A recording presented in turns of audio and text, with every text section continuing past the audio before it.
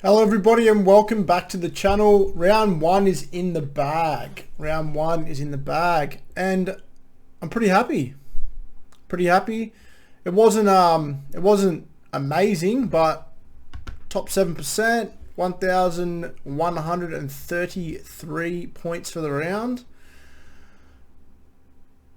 I'm pretty happy with that. A lot of surprises actually this round, a lot of upsets. But yeah, let's go over everything because what a week of footy. What a weekend of footy. Do you know what? Watching the Roosters get dismantled by the Dolphins was possibly one of the greatest things I've ever seen. I loved it. There's nothing better seeing the Roosters get pumped. There's nothing, especially by a brand new team. But anyway, let's go over my team. We'll go over what I am shocked about, what I expected, and we'll go over my potential trades, what I'm thinking about doing this week, who I'm going to keep, captain choices, and yeah, let's get into it. So there we go. Look at that. Winner, chicken dinner. So we'll go over our hookers. With the cheese, I expected more, but that was more because I expected more from the Roosters. But he still managed to get a grind of 38 out with not much attacking stats. So he's not going to leave my side. He's going to stay there. He was off the field for a little bit during that game, but he still managed to get 38. Look, I expected more, but the Roosters obviously let everybody down. So 38's not too bad. I wish I had Harry Grant. Oh my God. Do you know, so many times I thought to myself, Harry Grant. And I was like, nah, I couldn't. My team looked better without spending so much money on Grant. But now I'm like, oh, I really should have got Grant. He's my target. I think he's everyone's target. So, Sonny Luke, I said it. I said it in my last video. I said it. Sonny Luke is going to be an absolute gun in that Panthers side. 59 points. He only played 20 minutes. Or roughly. It was a very small sample size for Sonny Luke in that game, and he came out and absolutely blitzed it. 59. Sonny Luke is going to be my ticket to 2 gun hookers. Sonny Luke will make 300k. I'm happy with that. Because it was either going to be Sonny Luke or Boyd, and Boyd didn't really do much. So, but anyway, front rowers, Cotter and Welch, bang bang, 63, 67, absolutely loved it. Look, for your front row, 63 and a 67, you can't ask for much more. Honestly, they're just going to grind each week and just get you those type of points. I'm glad I didn't start with Stefano. 38 in 50 something minutes. It's not the best. The Tigers don't look that great either. So he's just going to be sitting there for a while, make me a little bit of money. Franklin Pele I was worried about. I expected a bit more from Franklin Pele. He only got 8.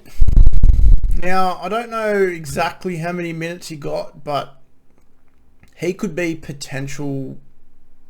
I could ship him. I'll reassess a lot of things this week and I'll have a look. Second row, Fafita, Carrigan and Butcher and Hopgood. Fafita, this is why I got him. He had like 60 at half time. He had a pretty quiet second half. But the damage that he does when he's on is just unbelievable. And he's got the Dragons next week. Can you imagine what he potentially could do to the Dragons? He's in my side. He's staying in my side. Pat Garrigan, easy 74. He just plodded along as I expected. Egan Butcher, letdown, big letdown. He is one of the players that I'm looking at putting on the chopping block. I know it's early, it's round 1, blah, blah, blah, but you've got to weigh these things up. Like, the Roosters have a bye in a few games. Do you want to hold on to him and potentially just plot out a 40 each week when you can be looking at getting more upside somewhere else? Like, look at Hopgood. Hopgood 101. He could slot straight into your starting second row spot. Eels don't have a bye for ages. Then you downgrade Egan Butcher to someone of, less than 300k and bank yourself $180,000, which could improve anywhere in your side. Jackson Ford, Hopgood 101. Future State of Origin player. Simple. I think everybody knows that. Everybody knows that. That's 101 almost in just base, because I don't think he had much attacking stats. If you don't have Hopgood in your side, I don't know what to tell you. Jackson Ford, unbelievable, 59 points. He made his mark. He's going to make me a lot of cash. He's in my side. He's staying in my side. Josh Schuster obviously didn't play. I left him in there. He misses this week with the bye, but I'm confident he will be back into the starting side for round 3, which I'll be using. Okay. Cleary. The Panthers look out of sorts. They looked out of sorts. They played with the same intensity that they played with in the St. Helens clash. Something's not right at the Panthers. And I think it's got a lot to do with them just being a bit out of sorts. Not having Appy there, not having Kickow there. A new winger on the right. No, left, because Toto played the right. It's a system that they're going to have to get used to. And with Cleary having the Broncos this weekend, followed by a bye. No, Cleary has the Rabbitohs. Followed by the bye. I think I might move Cleary on for the short term.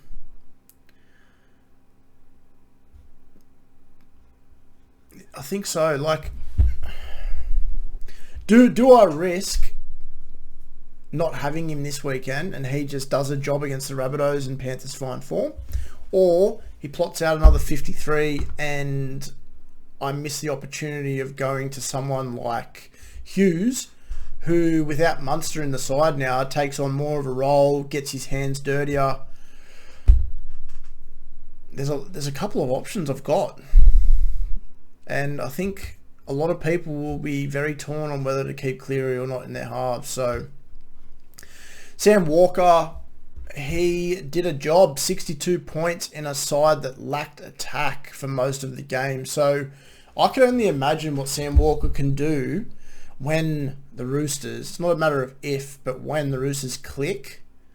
Oh, man, I think Sam Walker's going to average 80 plus, 70 plus every single game.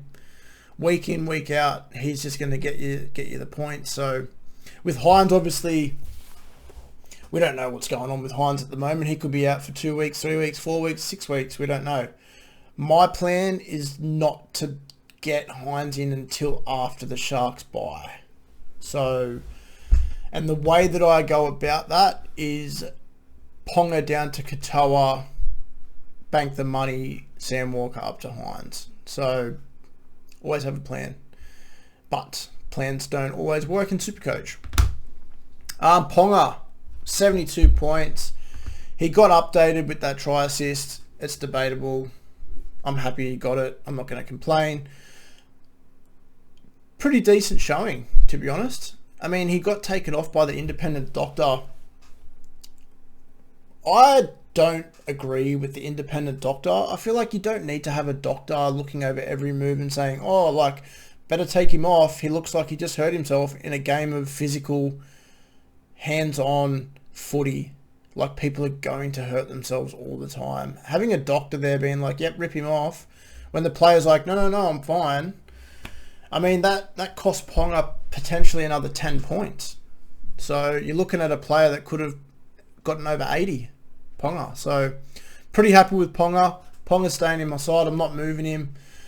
Dewey did a job. 89 points in a losing side against the Titans. So he's just everywhere. Everything that he just had that attacking flair about him, where every single time that you saw Dewey get the ball, you expected points. You're like, oh, okay, here we go. Here's some more points. Every time. Goal kicking, 89. Good day out the office, I think. Holmes, Miller. Holmes was a tough game. It was a tough game for the for Cowboys. They really got pushed right to the end by the Raiders.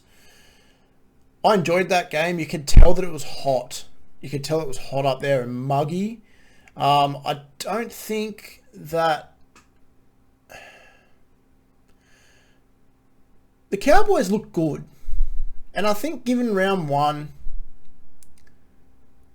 I think there's going to be more to come for Valentine Holmes. I really expect bigger scores from him. I think it'd be silly to trade him out just because he got 63. 63 is a great score. Lachlan Miller, 52 in base. Honestly, 52 in base stats for Lachlan Miller. He didn't get any attacking stats. I'm happy with that. I'm happy with having Ponga and Miller for the next 5 to 6 games. I think the Knights will improve. I think their forwards are rubbish. I don't rate the Knights forward, but I think that they will improve. So Lachlan Miller stays in my side. Khan Pereira. Now, Khan Pereira cost me 2 head-to-heads. 5 points. That's worse than Charlie Staines. How does a player get 5 points in 80 minutes of football? Was he having a laugh? Honestly, was he having a laugh? What was he doing for 80 minutes? Like, I could honestly jump onto the field, grab the ball, make a hit up or 2 hit ups and score more. Someone explain to me in the comments how a player could get 5 points in 80 minutes. That's absurd.